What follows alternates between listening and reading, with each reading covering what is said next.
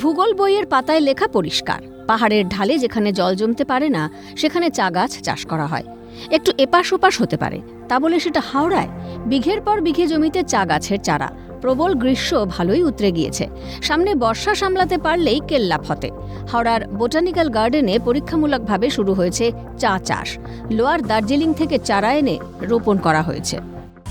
Shibpur botanical গার্ডেনে চা চাষের একটি পরীক্ষামূলক প্রকল্প শুরু করা হয়েছে, যা ব্রিটিশ সরকারের আমলে এই শিবপুর বোটানিক্যাল গার্ডেনে চা চাষের একটি পরীক্ষা চালানো হতো, এমনটাই শিবপুর বোটানিক্যাল গার্ডেন কর্তৃপক্ষ সূত্রে খবর।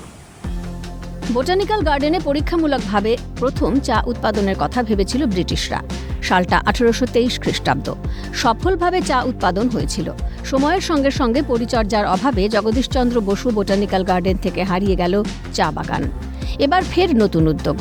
TB25, TB26 প্রজাতির চা চারা রোপণ করা হয়েছে। সব মিলিয়ে 3000 প্রজাতির 30,000 চা গাছ বেড়ে উঠছে বি গার্ডেনে। চা সাধারণত হিউমাস সমৃদ্ধ, লৌহ মিশ্রিত দোআঁশ পটসল মাটিতে ভালো হয়। প্রথমেই মাটি তৈরির দিকে জোর দেওয়া হয়েছিল, তারপর বটগাছের সামনে ঢালু জমিটাকে বেছে নেওয়া হয়েছিল চা চাষের জন্য। গাছে প্রতিদিন নির্দিষ্ট সময়ে জল দেওয়ার জন্য অটো স্প্রিংকলার বসানো হয়েছে।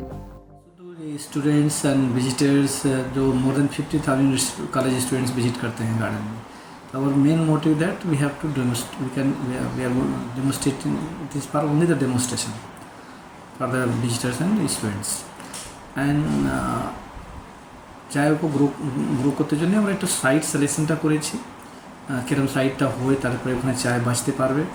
তারপরে সয়েল ট্রিটমেন্ট করে ওই সয়েল পিএইচটাকে রিডিউস করা হয়েছে। চা বাগানের জন্য তৈরি হয়েছে আলাদা বিভাগ। বাগানে চা উৎপাদন হলে জনপ্রিয়তা বাড়বে, আরও অনেক সংখ্যায় পর্যটকরা আসবেন বোটানিক্যাল গার্ডেনে। এমন উদ্যোগে খুশি পর্যটকরা।